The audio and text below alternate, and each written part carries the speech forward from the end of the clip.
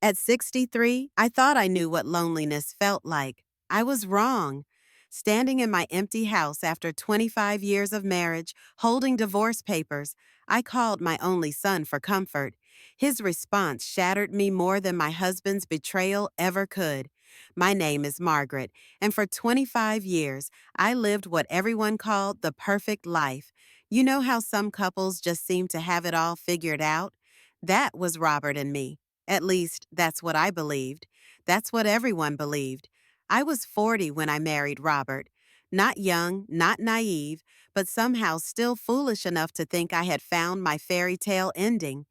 He was charming in that quiet, steady way that makes you feel safe. The kind of man who remembered anniversaries, who brought me coffee in bed on Sunday mornings, who never raised his voice even during our rare arguments. Everyone said I was lucky. Margaret found herself a good one, they'd whisper at church gatherings and neighborhood barbecues. Our house on Maple Street became the gathering place for holidays. I took pride in that. 25 Christmases, 25 Thanksgivings, countless birthdays and celebrations. The dining room table that seats 12, the china cabinet filled with wedding gifts we actually used, the garden where I grew tomatoes and roses with equal dedication. Robert would stand at the kitchen window, watching me tend to those flowers, and smile. My Margaret, he'd say, always making everything beautiful. James, our son, grew up in that house. From his first steps in the living room to his high school graduation party in the backyard, Robert coached his little league team. I never missed a game, a school play, a parent-teacher conference. We were that family, the one other families looked up to, the one that seemed to have cracked the code of happiness. I threw myself into being the perfect wife. Dinner ready at 6:30 every evening. Robert's shirts pressed and hanging in the closet. His favorite coffee brewing when his alarm went off at 6 each morning. I learned to love what he loved. Golf tournaments on television, action movies that bored me to tears, his mother's bridge club gatherings where I served homemade cookies and pretended to enjoy conversations about other people's grandchildren. You know that feeling when you're so busy being what everyone needs you to be that you forget who you actually are? I lived in that feeling for years without even recognizing it. I thought devotion meant disappearing. I thought love meant making myself smaller so Robert could shine brighter.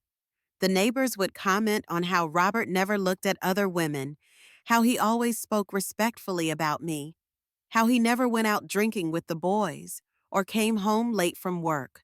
You've got yourself a faithful man, Margaret, they'd say, and I'd nod and smile and feel this warm glow of pride. I won the marriage lottery, or so I thought. Even when James grew up and moved across the country for his job, Robert and I seemed to transition smoothly into empty nesters. We took trips to wine country, we joined the country club, we talked about retirement plans and grandchildren we hope to have someday. 25 years of marriage, and we still held hands during our evening walks around the neighborhood. But perfect marriages don't end with lawyers and moving trucks, do they? Looking back now, I can see the signs were there long before I was ready to acknowledge them. It started so subtly that I convinced myself I was imagining things. You know that feeling when something feels off, but you can't quite put your finger on what it is? That nagging sensation that something has shifted, but everyone around you is acting like nothing has changed? Robert started working late more often, just an hour here, 2 hours there. Big project at the office, he'd explain, loosening his tie as he walked through the door at 8 instead of 6. The dinner I'd kept warm would sit between us at the table while he scrolled through his phone, distracted. Sorry, honey, he'd mutter when I asked about his day. Just tired. The Sunday morning coffee in bed stopped, not all at once, but gradually. First, he'd bring it and then disappear to check emails. Then he'd forget altogether, rushing out for an early golf game. You don't mind, do you, Margaret? Bill really needs a fourth player. I minded, but I didn't say so. Good wives don't complain about their husbands having hobbies, right?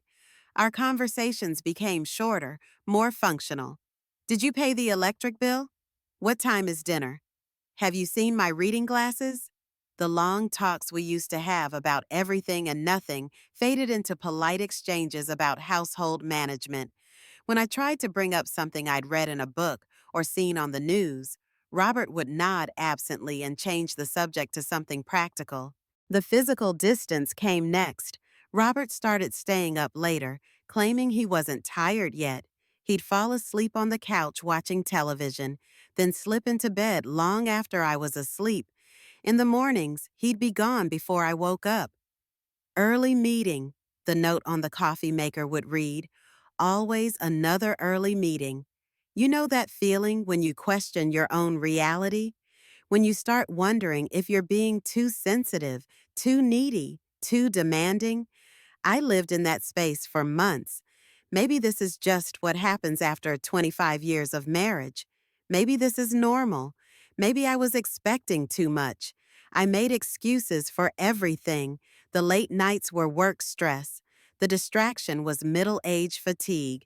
The distance was just a phase all couples go through.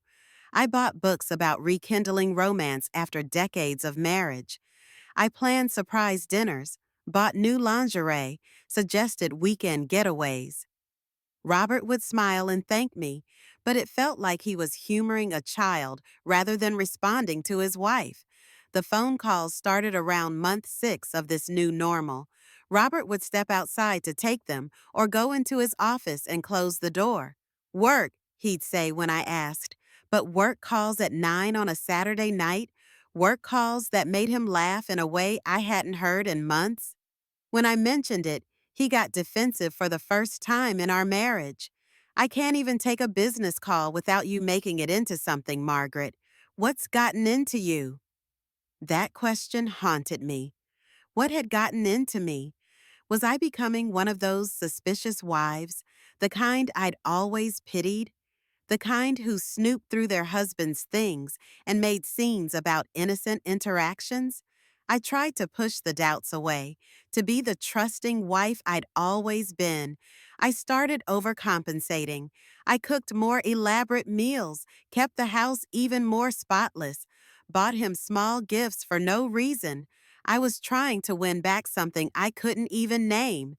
But the harder I tried, the further away Robert seemed to drift. It was like trying to hold water in cupped hands. The tighter I gripped, the faster it slipped away. The worst part was the loneliness. Robert was physically present but emotionally absent. We'd sit in the same room, him on his laptop, me pretending to read, and the silence would stretch between us like a chasm. I'd catch myself holding my breath, waiting for him to look up, to see me, to remember I was there. But he rarely did. I started calling James more often, hungry for connection, for conversation that felt real. But he was busy with his own life, his new job, his girlfriend. Our calls were brief and dutiful. "Everything okay, Mom?" he'd ask when I called twice in one week. I couldn't explain that everything wasn't okay, that I felt like I was disappearing in my own life. How do you tell your son that you're lonely in your marriage without sounding pathetic? Friends noticed the change, too. "Robert seems tired lately," they'd comment after church or at dinner parties. "Working too hard, probably." I'd nod and agree, grateful for their explanations, even as part of me wondered if they saw something I was still refusing to acknowledge.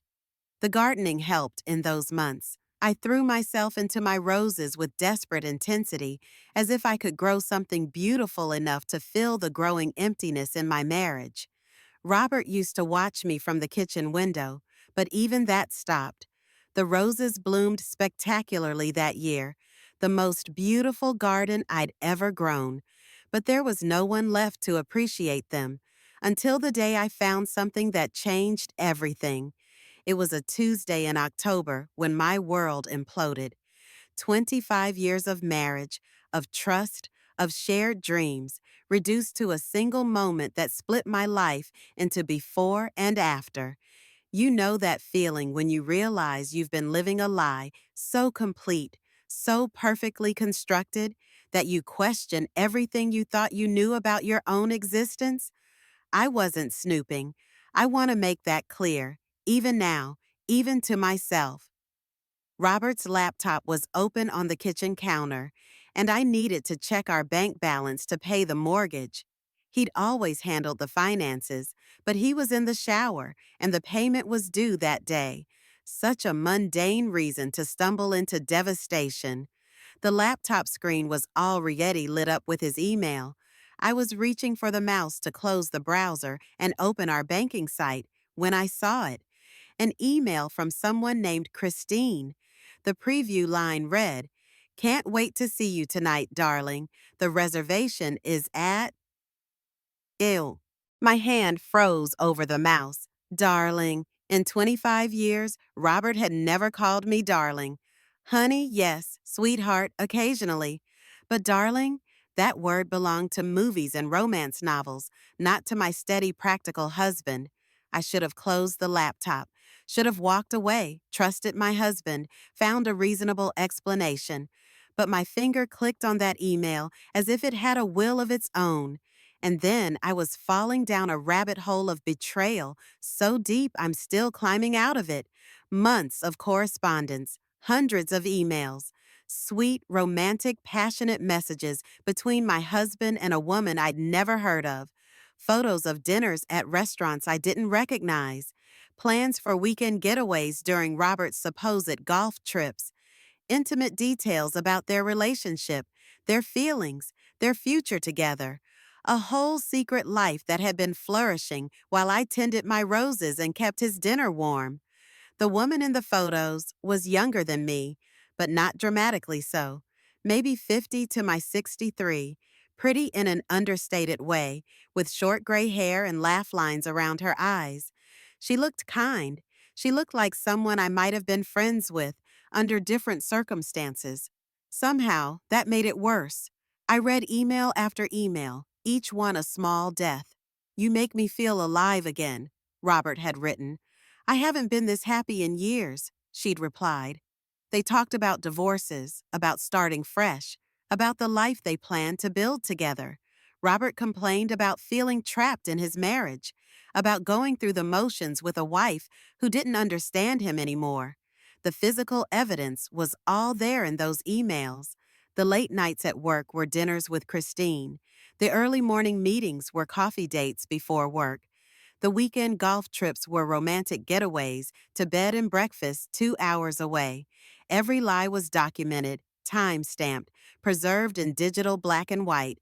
I don't know how long I sat there reading. Time seemed to stop, or maybe speed up. The sound of the shower turning off upstairs snapped me back to reality. I closed the laptop with shaking hands and stumbled to the living room, my legs barely holding me up. Robert came downstairs 15 minutes later, humming, actually humming. His hair was still damp from the shower, and he was wearing the cologne I'd bought him for Christmas. He kissed my cheek absently, the same perfunctory peck he'd given me every morning for months. "I'll be late tonight," he said, pouring coffee into his travel mug. "Board meeting ran long yesterday, so we need to finish up today." I stared at him. This man I'd shared a bed with for 25 years, whose coffee preferences I could recite in my sleep, whose moods I could read from across a room. He was lying to my face with the same casual ease he'd used to ask about the weather. "Robert," I said, and my voice sounded strange to my own ears. "We need to talk." Something in my tone must have alerted him because he stopped stirring his coffee and looked at me properly for the first time in months. "What's wrong?" he asked, but I could see the guilt flickering in his eyes. He knew. He knew that I knew. The confrontation that followed was nothing like the dramatic scenes in movies. There was no shouting, no thrown dishes, no passionate declarations, just two people sitting at our kitchen table, the same table where we'd shared 25 years of meals, quietly dismantling our marriage with careful, measured words. Robert didn't deny it. I think he was almost relieved to stop pretending.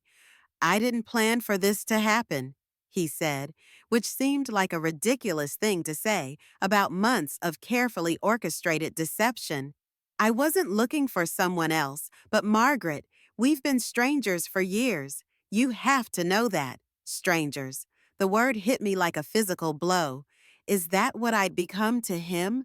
A stranger sharing his house, his bed, his name, but not his heart? How long? I asked, though I already knew from the emails. 8 months, he said quietly.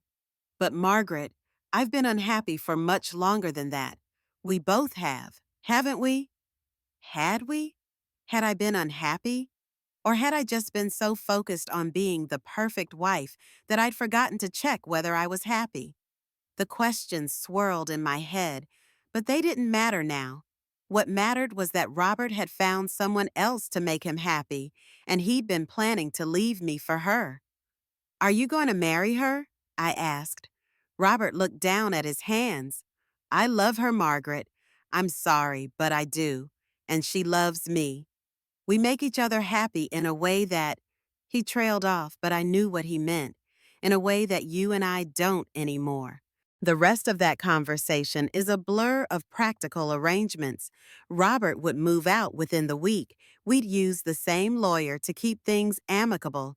He'd been planning to ask for a divorce anyway. My discovery just accelerated the timeline. 25 years of marriage reduced to discussions about property division and retirement accounts. He left that evening for what I now knew was a date with Christine.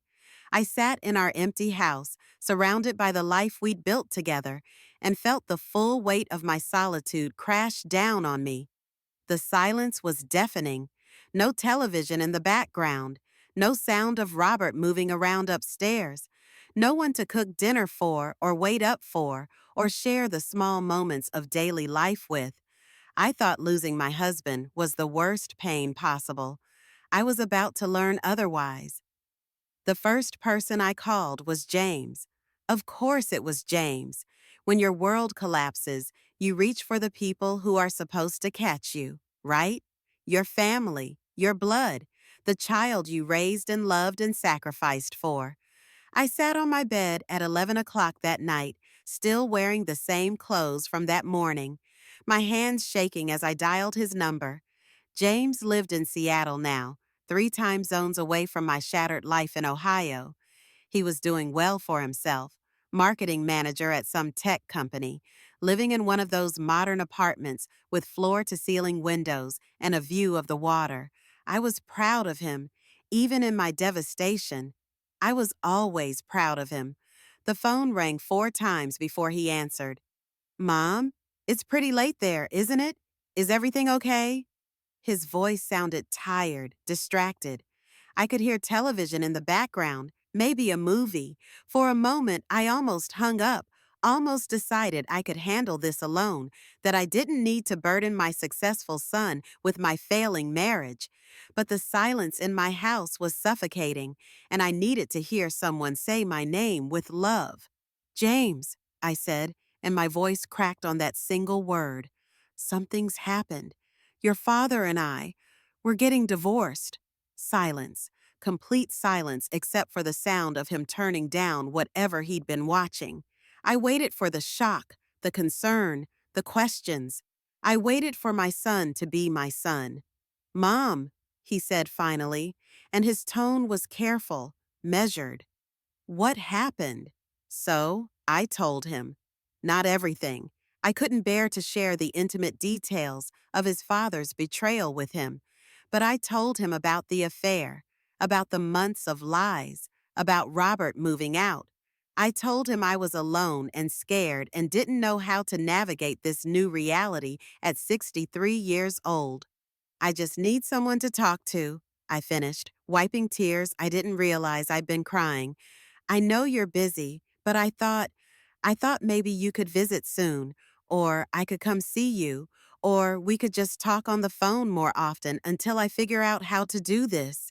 The pause that followed stretched so long, I wondered if the call had dropped. When James finally spoke, his words hit me like a physical blow. Mom, I'm sorry this happened to you. I really am. But I can't be your emotional support system right now. I have my own life, my own relationship, my own problems to deal with. You and Dad made your choices for 25 years. Don't make your mistake my problem. Don't make your mistake my problem. 8 words that would echo in my head for months, years maybe. 8 words from the child I'd given everything to, the boy I'd driven to soccer practice and helped with homework and stayed up all night with when he had the flu, the young man I'd supported through college, celebrated with at graduation, bragged about to anyone who would listen. James, I whispered, but he was already talking again. Look, you need to figure this out. Call a therapist or something. Join a support group. But I can't drop everything to hold your hand through your divorce. That's not fair to me or to Lisa. Lisa was his girlfriend, a woman I'd met exactly twice. I'm not asking you to drop everything, I said, finding my voice again. I thought we had the kind of relationship where we could count on each other. We do, he said, but his tone suggested otherwise. But this is different. This is between you and Dad. It's not my responsibility to fix it or to fix you. Fix me, as if I was broken, as if reaching out to my son in the darkest moment of my life made me something that needed repair rather than someone who needed love. The conversation limped along for a few more minutes, but the damage was done. James had made his position clear. I was on my own. When I finally hung up, the silence in my house felt even more oppressive than before. I'd thought I was alone after Robert left. Now I knew what alone really meant. Those 8 words would haunt me for months. In the weeks that followed, as I sat in my empty house trying to piece together how my life had fallen apart so completely, I kept returning to that phone call with James. How had we gotten here? When had the distance between us grown so vast that my own son could dismiss my pain so coldly? The truth was uncomfortable but undeniable. I had created this distance myself, not intentionally, not maliciously, but with the same dedication I'd put into everything else in my marriage. I had made Robert the center of my universe, and everything else, including James, had orbited around that central star. You know that feeling when you realize you've been making the same mistake for years without even knowing it? The gradual recognition that choices you thought were right were actually slowly eroding something precious? That's what those lonely days taught me about my relationship with my son. James had tried to maintain our connection over the years. He'd call every Sunday for a while after he moved to Seattle. But gradually, those calls became every other week, then monthly, then only on holidays and birthdays. I told myself he was busy, that this was normal for young adults establishing their independence. But looking back, I could see the pattern of my responses to his attempts at connection. He'd call to tell me about a promotion at work, and I'd listen for a few minutes before redirecting the conversation to Robert's latest golf achievement. He'd share news about Lisa, and I'd respond politely before launching into stories about the dinner party I'd thrown for Robert's colleagues. He'd ask how I was doing, and I'd talk about Robert's health, Robert's retirement plans, Robert's needs and wants and opinions. Even when James came home for holidays, I was so focused on making everything perfect for Robert that I barely had meaningful conversations with my son. I'd spend days preparing Robert's favorite meals, decorating the house the way Robert liked it, making sure every detail met Robert's standards for family gatherings. James would sit at our table, politely eating my elaborate meals, trying to engage with parents who were more interested in maintaining the appearance of family harmony than actually connecting with him. The worst realization came when I remembered James's college graduation. He'd wanted us to take him out to dinner afterward, just the 3 of us, somewhere casual where we could really talk. But Robert had made plans with other parents to go to the fancy steakhouse downtown. It'll be more festive, Robert had said, more celebratory. I'd agreed, of course. I always agreed with Robert. We'd spent James's graduation dinner making small talk with near strangers, while our son sat quietly at one end of the table, clearly disappointed. He'd tried a few times to tell us about his plans after graduation, his hopes for his career, his thoughts about the future. But the conversation kept getting pulled back to the other families, their children's accomplishments, their post-graduation trips to Europe that Robert thought sounded wonderful. That night, James had walked me to the car while Robert said his goodbyes. Mom, he'd said, do you ever wonder what it would be like if it was just us sometimes? Just you and me talking?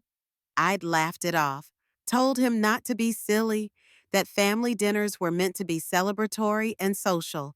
But I remember the look in his eyes, disappointment, maybe even hurt. How many moments like that had there been? How many times had James reached out, only to find me unavailable because I was focused on Robert's needs? How many conversations had he tried to start that I'd cut short because Robert needed something? How many times had he felt like a visitor in his own childhood home because I'd transformed it into a shrine to my marriage? The distance hadn't happened overnight. It had been built one dismissed conversation at a time, one redirected phone call at a time, one prioritization of Robert over James at a time. By the time James graduated from college, we'd established a pattern where he shared the surface details of his life, and I responded with surface-level interest before turning the focus back to Robert and me. You know that feeling when you realize you've been a stranger in your own family? That you've been so busy playing a role that you forgot to actually live the relationships that role was supposed to protect? I sat in my empty house, surrounded by 25 years of memories, and realized that most of those memories featured Robert and me, with James as a supporting character in our story rather than a central figure in his own right. The irony was devastating. I'd spent so much energy being the perfect wife that I'd forgotten to be a real mother. I'd been so focused on maintaining my marriage that I'd lost my son. And now that the marriage was over, I had nothing left. No husband, and a son who saw my pain as an inconvenience rather than something worthy of his compassion. But understanding why James had responded so coldly didn't make the loneliness easier to bear. The weeks after Robert moved out passed in a haze of silence and stillness. You know that feeling when you're drowning, but it's happening so slowly that everyone around you thinks you're just swimming differently? That was my life in the aftermath of losing both my husband and my son's support in the span of a single week.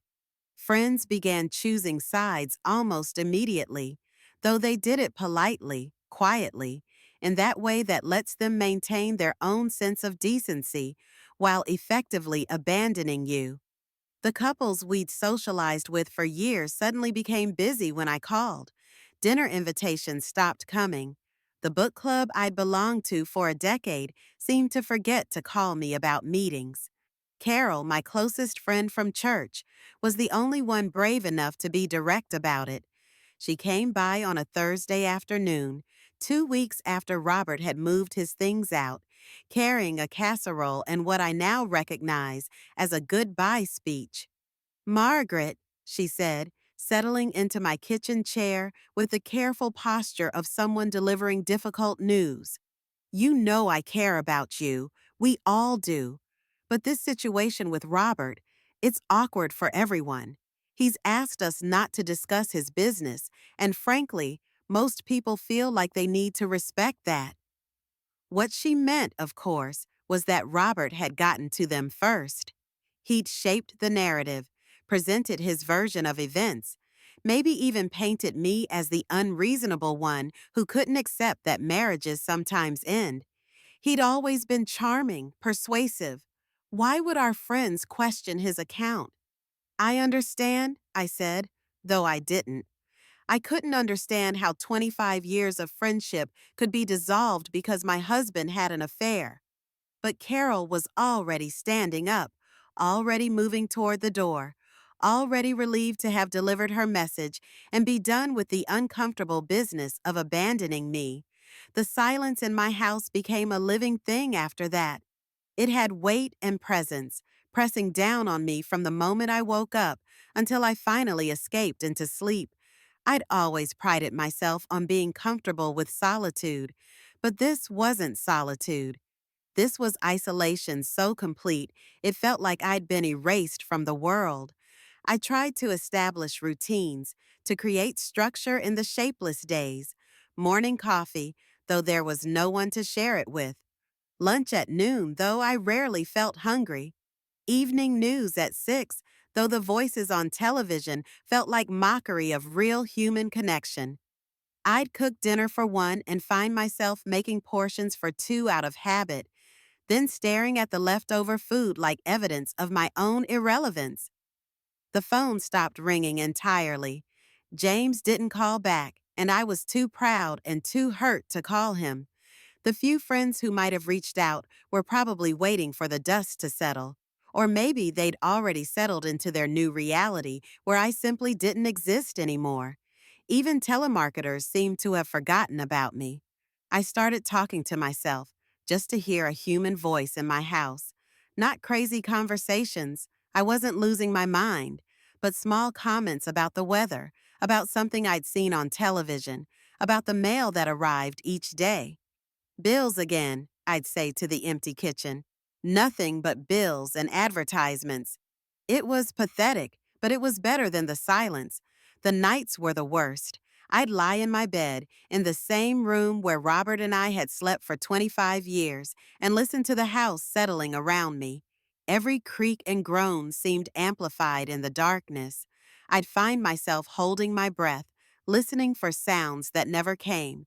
Footsteps on the stairs, keys in the front door, another human being sharing my space. Sleep became elusive. I'd drift off around midnight, only to wake at 3 or 4 in the morning with my heart pounding and a sense of panic I couldn't explain. The bed felt enormous, like an ocean I was floating in alone. I'd reach across to Robert's side out of habit, my hand finding only cold sheets and empty space. Depression crept in slowly, like floodwater rising 1 inch at a time. At first, I thought I was just sad, which seemed reasonable given the circumstances. But gradually, I realized I was struggling to find reasons to get out of bed, to shower, to eat. The roses in my garden began to wilt from neglect. The house grew dusty and cluttered. I'd sit in the same chair for hours, staring at nothing, feeling like I was disappearing from my own life. The worst moment came on a Tuesday morning in November. I woke up around 10, late for me, but I'd been awake most of the night, and realized I couldn't remember what day it was.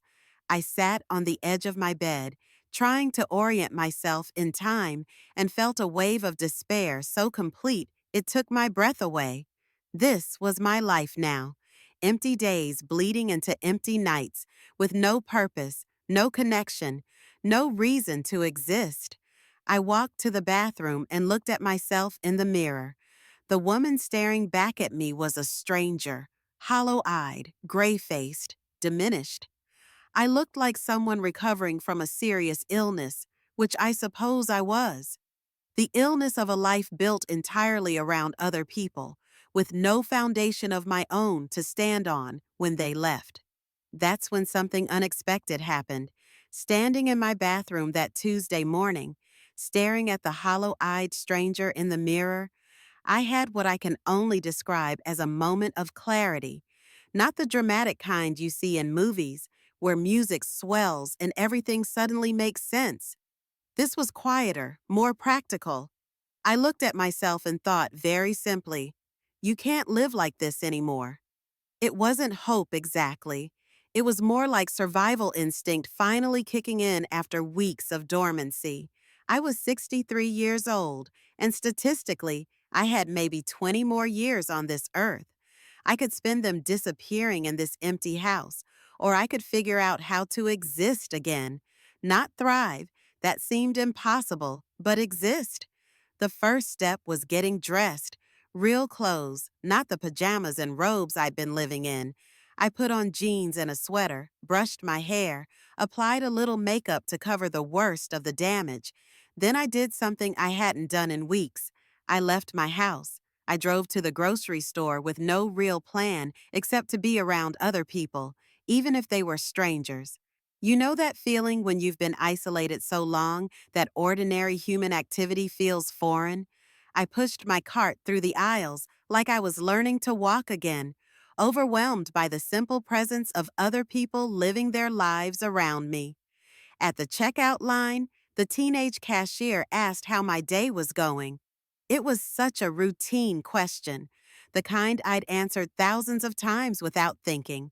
But standing there, I realized no one had asked me about my day in weeks. No one had spoken directly to me except Carol when she came to deliver her goodbye speech. It's been challenging, I said, and the honesty surprised both of us. The girl looked up from scanning my items, really looked at me for the first time. I hope it gets better, she said, and she meant it. This teenager working a minimum wage job had shown me more genuine concern than my own son. I cried in my car in the parking lot after that. Not the devastating sobs that had become familiar, but something different. Tears of gratitude, maybe, or relief at being seen as a human being worthy of basic kindness. That small interaction gave me enough courage to try something else. The next day, I drove to the community center downtown, the same building where I'd voted in elections and attended town halls, but never really explored. I'd heard they had programs for seniors, though I'd never thought of myself as someone who needed senior programs. I was Margaret, the perfect wife. I had a full life, thank you very much. But perfect wives with full lives don't sit alone in community centers reading bulletin boards about watercolor classes and book discussion groups. I stood there for probably 20 minutes, reading the same flyers over and over, working up the courage to inquire about anything. First time here? A voice asked behind me. I turned to see a woman about my age, maybe a little older, with short silver hair and kind eyes behind purple glasses. She was wearing jeans and a paint-splattered smock, and she looked comfortable in her own skin in a way I envied. Yes, I said. I was just looking at the programs. I'm Linda, she said, extending her hand. I teach the watercolor class on Thursdays. Are you artistic? I don't know, I said honestly.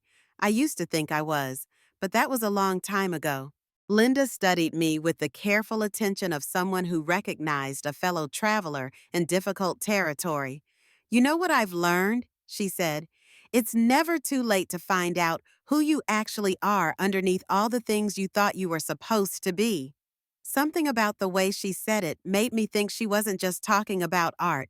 I signed up for the watercolor class that day, my hands shaking as I wrote my name on the registration form. Margaret Phillips, not Margaret and Robert Phillips, just Margaret.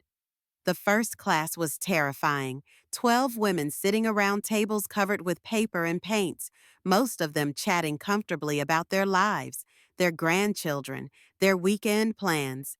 I sat quietly, mixing colors and trying to make my brush do what Linda demonstrated, feeling like an imposter in this world of people who seemed to know how to exist independently. But something magical happened when I started painting. For the first time in months, my mind went quiet. The constant loop of self-recrimination and grief faded into background noise as I focused on the simple act of putting color on paper. It wasn't good. My first painting looked like something a child might create. But it was mine. Something I'd made with my own hands, according to my own vision, without considering what anyone else might think of it.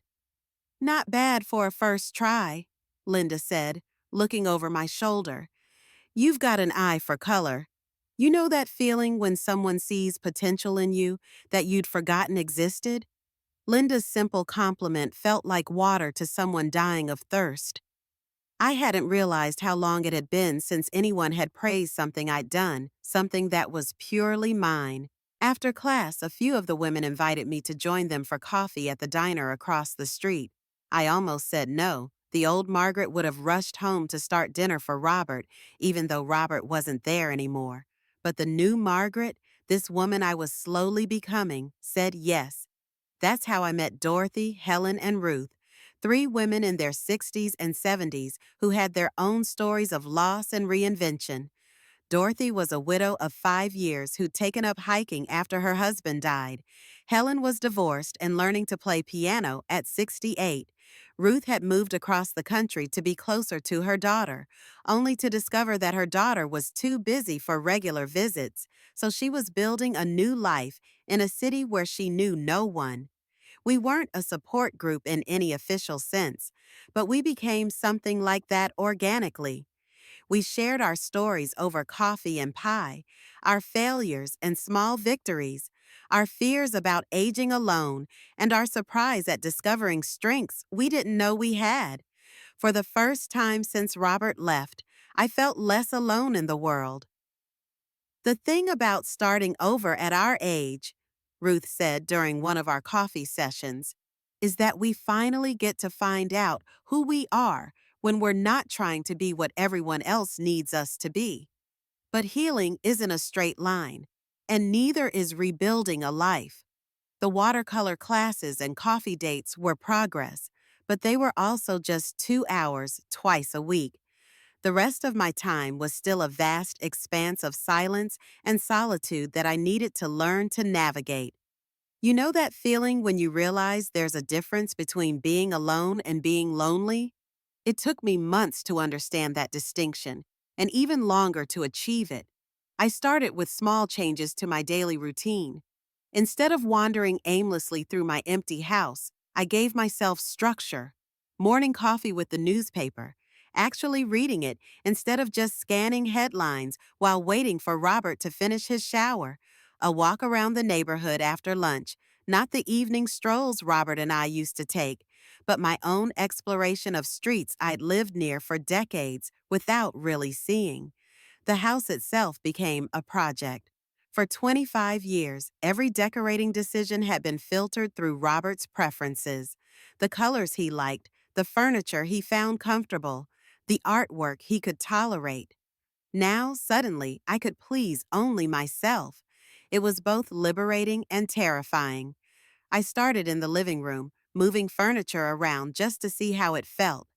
The couch looked better angled toward the window instead of facing the television. The coffee table worked better in the corner, creating more open space in the center of the room.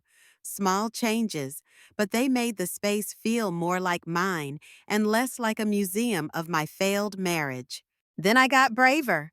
I painted the bedroom walls a soft sage green that Robert had always said would be too dark.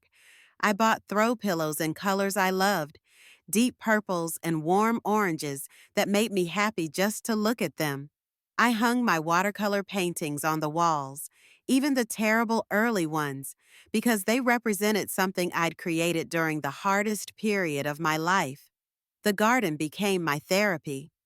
Robert had always complained that I spent too much time with my roses, that the yard work took me away from more important things. Now I could spend entire mornings among my flowers without anyone questioning my priorities. I expanded the flower beds, planted new varieties, created a small vegetable garden where Robert's golf clubs used to be stored. Cooking was another revelation. For decades, I'd planned every meal around Robert's preferences, his schedule, his dietary restrictions. Now I could eat breakfast for dinner if I wanted, or skip cooking entirely and have cheese and crackers while reading a book. I discovered I actually enjoyed experimenting with new recipes when I wasn't worried about whether someone else would approve. The evenings were still the hardest part. That stretch of time from dinner until bedtime, when couples traditionally shared the details of their day, watched television together, or simply enjoyed each other's company. I had to learn to fill those hours in ways that felt meaningful, rather than just killing time until I could escape into sleep. I started reading again.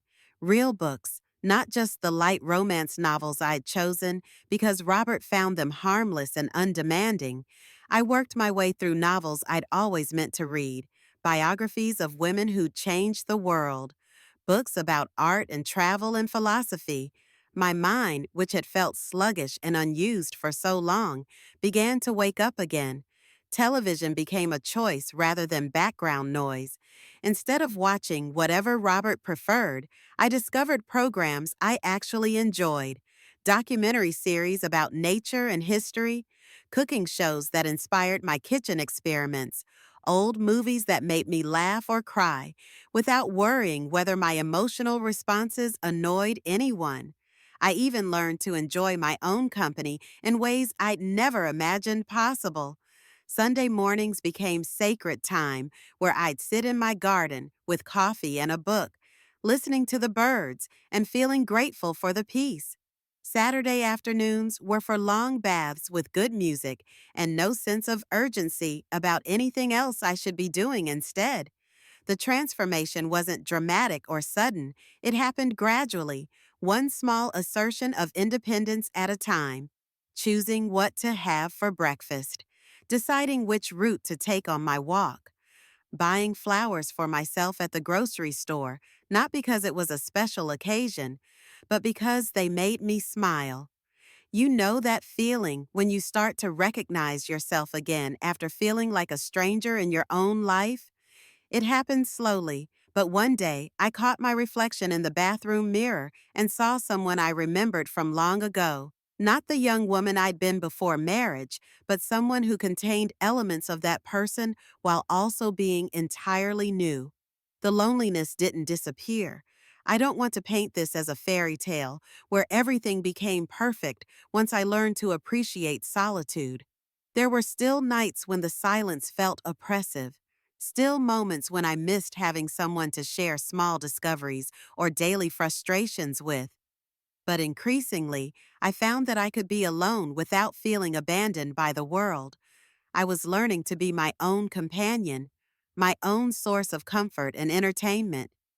It was a skill I'd never developed during 25 years of marriage, and discovering it at 63 felt like uncovering a hidden treasure in my own personality.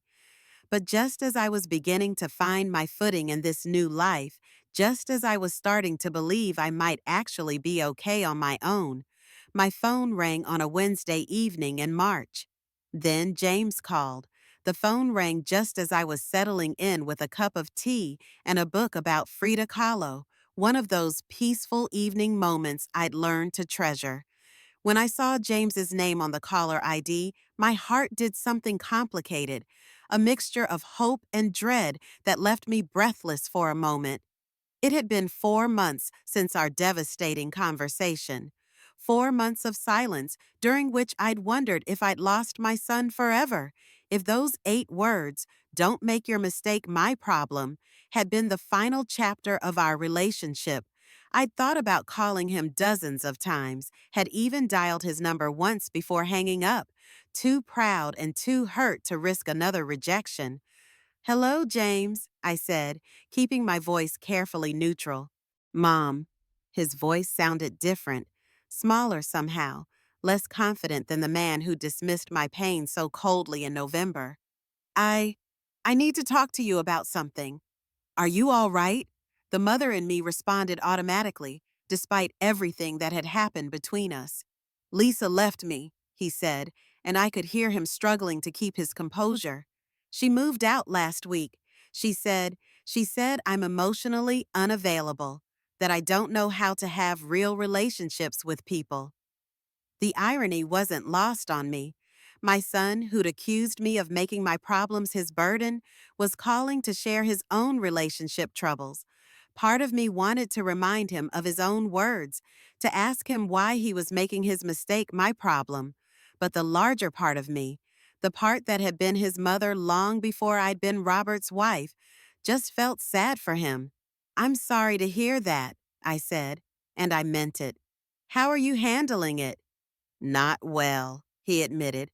"I keep thinking about what she said, about not being able to connect with people, and I realized I realized I don't really have anyone to talk to about this. I've been sitting in my apartment for a week, and I couldn't think of a single person who really knows me well enough to help me figure this out. The silence stretched between us, heavy with everything we hadn't said to each other over the years. I waited, sensing he had more to share. Mom, he said finally, his voice barely above a whisper. I think I messed up.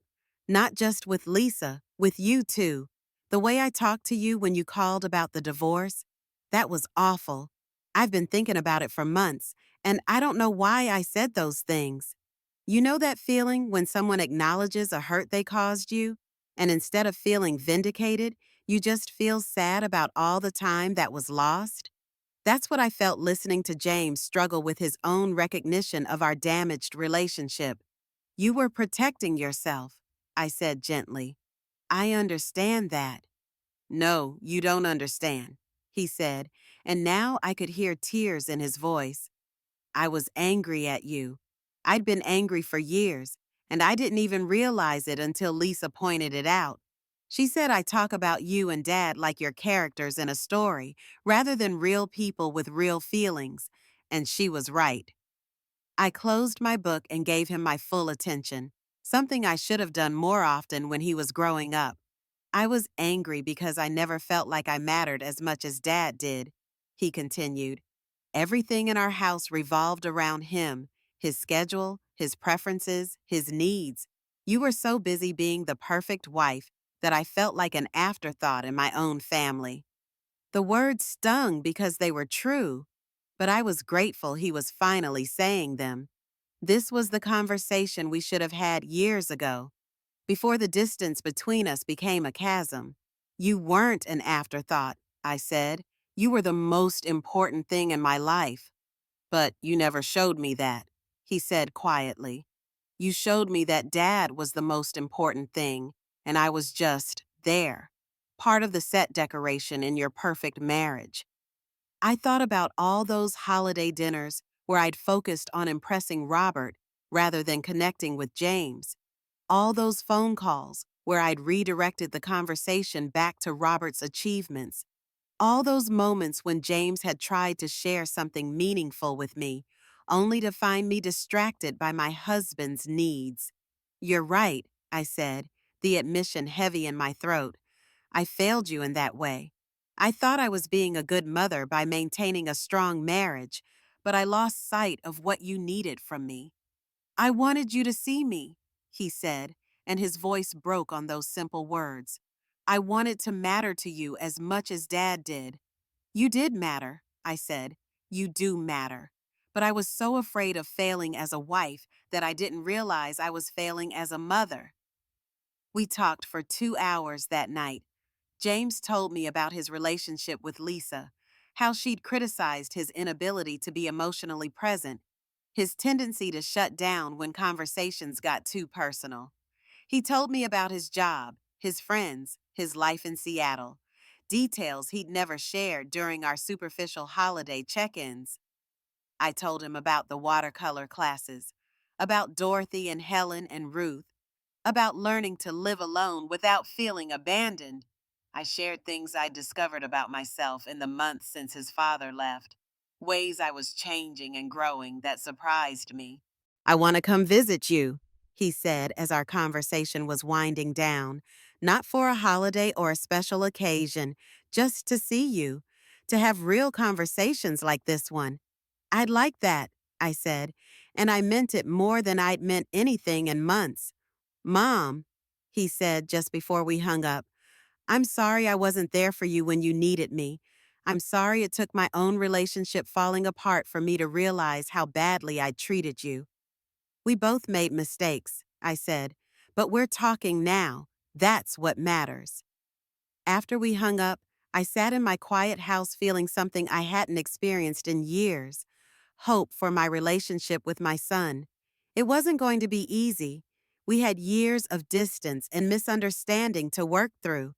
But for the first time, we'd spoken to each other honestly about our feelings, our failures, our hurt. But some wounds take time to fully heal, and I was about to learn that forgiveness is a process, not a destination. James came to visit 3 weeks later, flying in on a Friday evening in early April. I picked him up at the airport, and the man who walked through the gate looked older than the son I remembered, more serious somehow, like life had taught him some difficult lessons in the months since we'd spoken. We hugged awkwardly at first. We weren't a physically affectionate family, something I regretted as I felt how tense he was in my arms. But it was a start, a gesture toward the kind of relationship we might be able to build if we both worked at it. The first evening was stilted, full of careful conversation and long pauses. We were like strangers trying to find common ground, which in many ways we were. I cooked dinner, nothing fancy, just the kind of simple meal I'd learned to enjoy during my months of cooking for one. We talked about safe topics, his flight, the weather, changes in the neighborhood since his last visit. But on Saturday morning, something shifted. I was in the garden, tending to my roses before the day got too warm, when James came outside with his coffee. Instead of sitting on the patio like he usually did during visits, he knelt down beside me and started pulling weeds without being asked. "I remember helping you with this when I was little," he said, his hands working alongside mine in the soil, "before Dad decided I should be playing sports instead of gardening with you." The comment surprised me. I'd forgotten those early mornings when a young James would follow me outside, eager to help with whatever I was doing. Robert had gradually steered him toward more masculine activities, and I'd let it happen without protest, not wanting to create conflict in my marriage. "You were good at it," I said. "You had gentle hands, even as a little boy." We worked in comfortable silence for a while, and I realized this was the first time in years that James and I had done something together without feeling the need to fill every moment with conversation. It felt natural, peaceful in a way our interactions rarely were. That afternoon, he asked to see my watercolor paintings. I was embarrassed to show them. They were amateur attempts, obviously the work of a beginner. But James studied each one carefully, asking about the techniques I'd learned, the subjects I'd chosen to paint. "This one's really good, Mom," he said, holding up a landscape I'd painted of our backyard. "You've got a real eye for color and composition." You know that feeling when someone you love shows genuine interest in something that matters to you? It had been so long since anyone had praised my efforts, had taken time to really look at something I'd created. James's attention to my paintings felt like a gift. That evening, we talked more honestly than we had in years. James told me about the breakup with Lisa, about how her criticisms had forced him to examine his own emotional patterns. He admitted that he'd learned to shut down during conflicts because that's what he'd observed in our family. Not dramatic fights, but a pattern of avoiding difficult conversations in favor of maintaining surface harmony. "I never learned how to disagree with people I love," he said. "In our house, we just didn't do that. We kept everything pleasant and superficial." I recognized the truth in his observation. Robert and I had prided ourselves on never fighting, but we'd achieved that peace by avoiding any topic that might create tension. We'd raised James in an environment where emotional authenticity was less important than keeping everyone comfortable. "I want to learn how to be different," James said. "I want to be able to have real relationships with people, starting with you." We spent the rest of his visit practicing that kind of honesty. James told me about his anger over feeling overlooked during his childhood. I shared my own struggles with identity after losing the role that had defined me for 25 years. We talked about Robert's affair, about the divorce, about how we'd both been hurt by his abandonment in different ways. On Sunday morning, James helped me paint a new canvas, a collaborative piece where we took turns adding elements. It was messy and imperfect, but it was ours, something we'd created together as adults, with full attention to each other and no competing loyalties or distractions. "I want to call you more," he said as we cleaned our brushes. Not just on holidays. I want to know what's happening in your life.